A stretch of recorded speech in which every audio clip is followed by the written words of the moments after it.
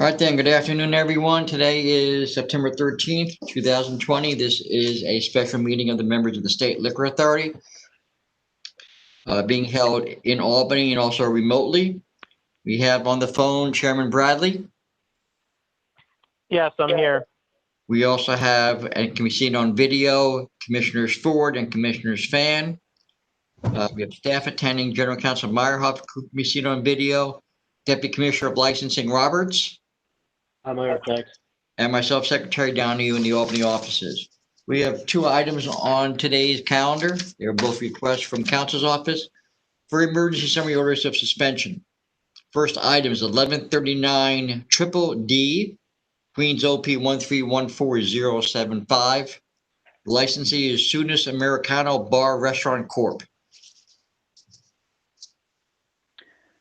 Good afternoon, members. This is Margarita Marcico calling on behalf of Council's office. I'm calling in. I'm not on video. I'm requesting that the members issue an order of summary suspension with regard to this premise. It operates out of 35-14 Junction Boulevard in Corona, Queens. On September 12th, 2020, officers from the 115th precinct parked themselves in front of the premise to see basically what was going on. The reason that they were there is because they had previously received certain 911 calls and 311 calls complaining of noise. And when they would go there, the premises appeared closed. So it appeared closed because the gates were rolled down. So they parked there for a while, and they eventually saw two patrons coming out the side door, which is directly beside the closed gate. And they walked there, they held the door open, and they went in. They called for backup. Several other officers came in with them. They went down the stairs into the basement level. They observed approximately 75 patrons inside the premise. You see the photographs, which really tells the story. As they were walking and they noticed that patrons are being ushered out, you can see from the photographs the patrons are coming out of the main bar area through a kitchen. And after they were going through that kitchen where the lady is with the pink dress, they walked through that area, and then they walked into like a regular corridor. It's like the cement corridor. And they use that to walk down several. They actually have access to other buildings that are adjoining this building, and they were able to get out through a door that way. So some of the officers, sergeant, followed the patrons to see how it was that they were getting out. And that's how some of the patrons got out. But the officers counted approximately 75 people inside. They did not observe any food being served inside that main area. The kitchen was closed. They observed a DJ setup, you can see from the photographs. At the time that they went in, they did not hear any music. They did notice that there was a camera above the gate. So they don't know exactly what went on there, but by the time they got inside, there was no music being played. As you see from the photographs, there's several employees standing behind the bar, not wearing masks. And you see from the photographs, there's buckets containing beer on the bar, on several tables. They also observed one individual smoking what appeared to be a hookah, and they saw another hookah that you saw a photograph of on the floor.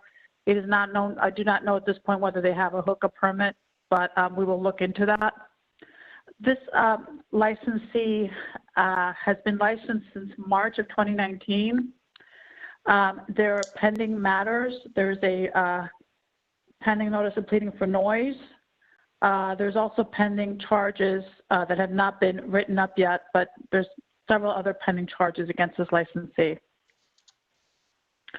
There was no person that claimed to be a supervisor on site at the time that they were there.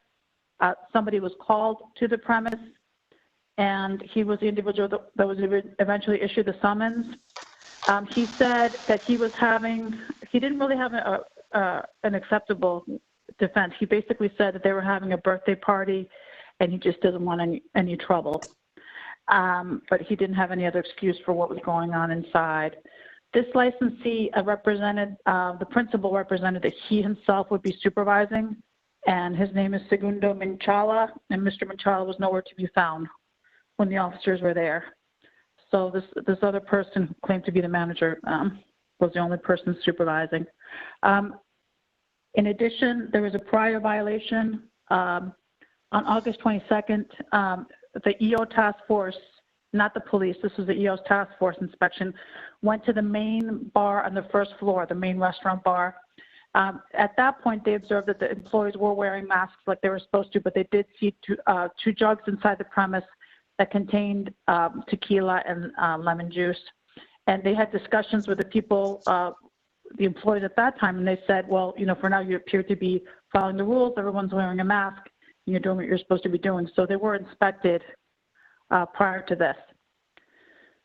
So, you know, due to the fact that these people are all inside, obviously that's a real risk for the COVID infection, and also the fact that they were locked in with this roll down gate. It's a very dangerous situation. They were let out by the employees to escape the police, but if there were a real fire, I don't know if these people necessarily know how to get out of there if something happened in that basement area.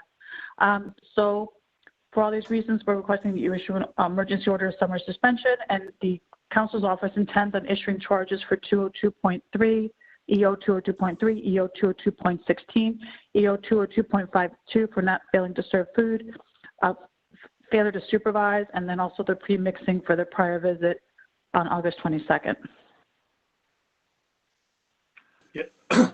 Thank you, Margarita. It's Gary. Let me just add, you know, from my perspective, it's pretty obvious they decided to have a surreptitious underground bar inside in the middle of this pandemic with a DJ. And I guess they were hoping they didn't get caught, but they did. NYPD was there. We have their report. The pictures kind of speak for themselves. And I'm sorry, and I also wanted to add, I apologize, that there was an additional charge for failure to conform with the community board stipulations. This was sort of a long drawn out licensing for this licensee, and they agreed to not engage in any nightclub activity. So, you know, it's council's office admits with this DJ setup and the hookah and everything else, they're violating that condition. All right, And with also that, the fact that they were not serving food. Commissioner Fan, do you have any questions? No, I do not have any questions. Thank you. Commissioner Ford, do you have any questions? Yes, are they licensed for the downstairs bar? They are. Okay. Are they licensed for the DJ? No, they're not permitted to have DJs, and they're also not permitted to engage in any nightclub activity. Got it. I figured that might be part of that. Thank you. I have no Right. no further questions. Chairman Bradley, any questions? Yeah, Margarita, but the picture indicates there's people behind the DJ table. I'm assuming it was obviously being utilized. Is that correct? Yeah, I mean, I guess circumstantially we could say it was likely being utilized. You know, the officers told me I spoke to two officers who were there, and they firmly believe that someone was observing them somehow, and they knew that they were coming down. And by the time they got down the stairs, whatever was going on was put to a halt. But yeah, it looked like it was ready to, if it wasn't working already, it looked like it was ready to play. Okay, thank you. So, I mean, I could discuss with council whether we should, in addition to the community board stip, we could charge a failure to conform to the DJ. All right, with that, I'll call for the members' votes. First, Commissioner Fan. Given the evidence provided by council, this location is an imminent threat to public health, safety, and welfare, and I vote to summarily suspend this license. Commissioner Ford.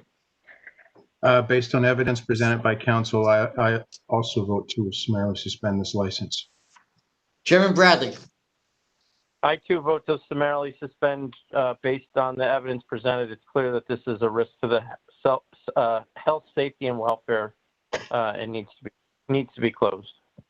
All right, the next item I have is agenda number 1139 EEE. It's Kings RW 1205326.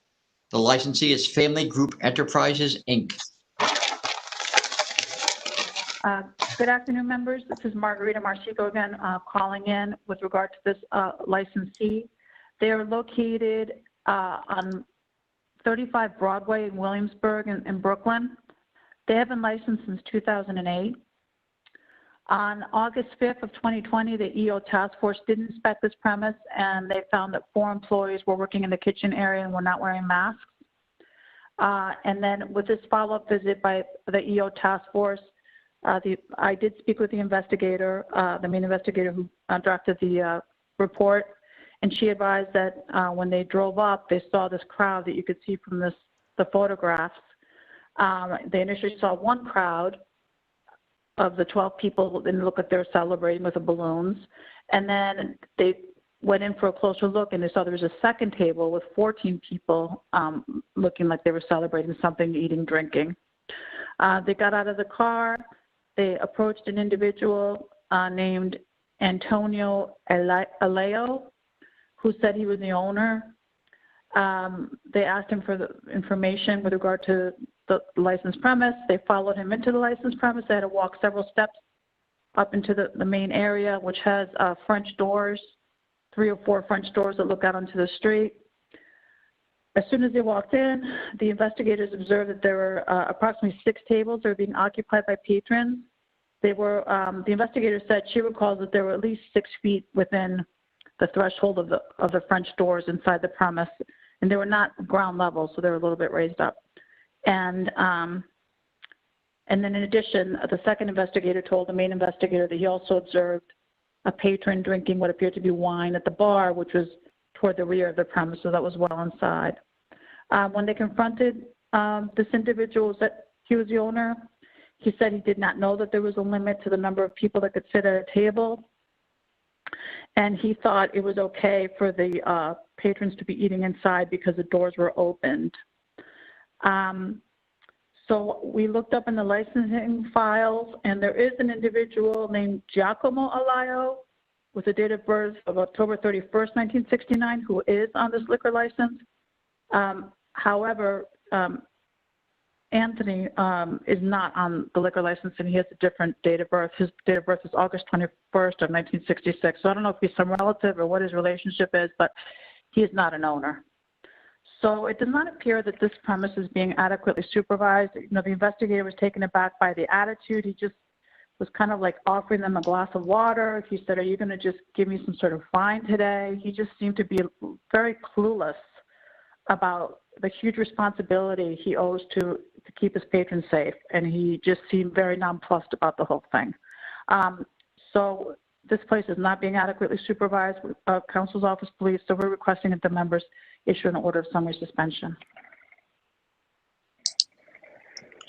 Just to be clear, for the record, although you have the papers, members, there's inside service here, violation of 202.3. There's also a violation of outside service 202.38 because the Department of Health guidelines on social distancing are not being observed. And the failure to supervise here is compounded by the fact that there may also be an availing going on, which we will investigate and potentially charge. And also, I did want to add the investigator, sorry, Gary, I wanted to add the investigator told me that she was taken aback at how close the tables were to each other. There were some tables that had fewer patrons that were outside, but she just said it looked like they were trying to make as much money as possible, and they were just really placing these tables very, very close together. All right then, Commissioner Fan, do you have any questions? I don't have questions. Thank you. Commissioner Ford, do you have any questions? No, I don't have any questions, Tom. Thank you. Chairman Bradley. I have no questions. All right, with that, I'll call for the vote of the full board. First, Commissioner Fan. It's clear that this location is an imminent threat to public health, safety, and welfare, and I vote to summarily suspend this license. Commissioner Ford. Provided by counsel, I also vote to summarily suspend this license. Chairman Bradley. Based on the evidence presented by counsel, I vote to summarily suspend this license. It's clear it's a risk to the public health, safety, and welfare. All right, with that, I have no other items. Chairman, do you have anything else? No, thank you all again. All right, with that, this meeting is adjourned. Thank you. Thank you, Tom. Thank you. Good day.